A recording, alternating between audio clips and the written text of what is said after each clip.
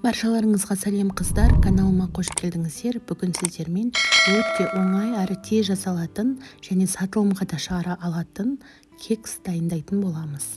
Алдымен ұнымыз бен разрыхителімізді осылай бөлек араластырып аламыз. Сосын барып жұмыртқамызды бөлек ыдысқа жарамыз. Құрметті менің оқырмандарым және көрермендер, сіздерді бүгінгі келіп жеткен Наурыз мерекесімен құттықтаймын. Дастархандарыңыз мол болсын, әр үйде бақыт, шаттық, береке болсын.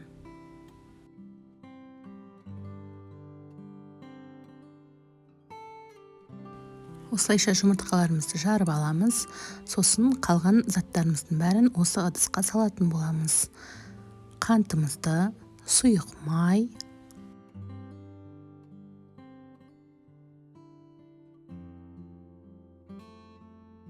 сосын айранымызды және суымызды құйып, барлығын бірге араластыратын боламыз.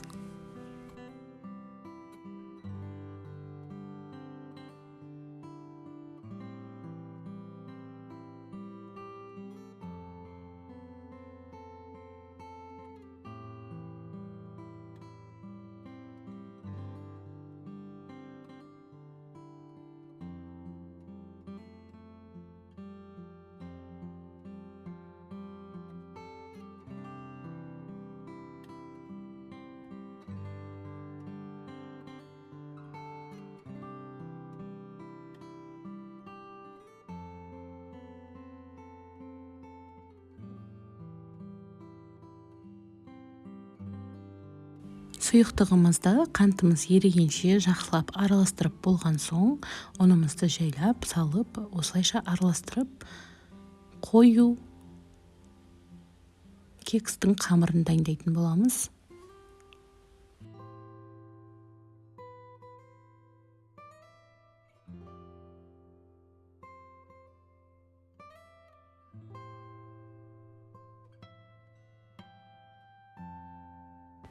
Міне қыздар, бізде осындай қою қамыр дайын болды.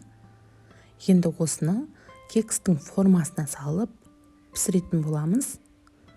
Алдымен кекстің формаларына ішіне ақ кондитерский магазиндерде сатылатын формаға салып, дәл видеодағыдай жарты-жартыдан саламыз қыздар. Көп салмаймыз, әйтпесем тасып кетеді.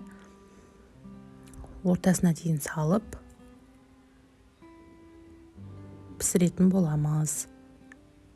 Дәл осы уақыт аралығында печкамызды қосып қоюды ұмытпаймыз.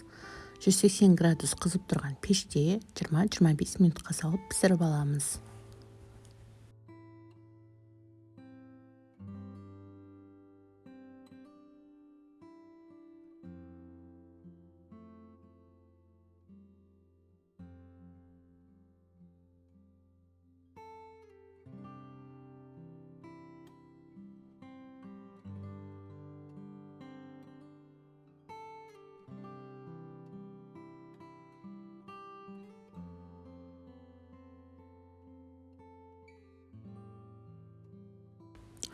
Ал мінекей қыздар, кексіміз осылай пісіп шықты.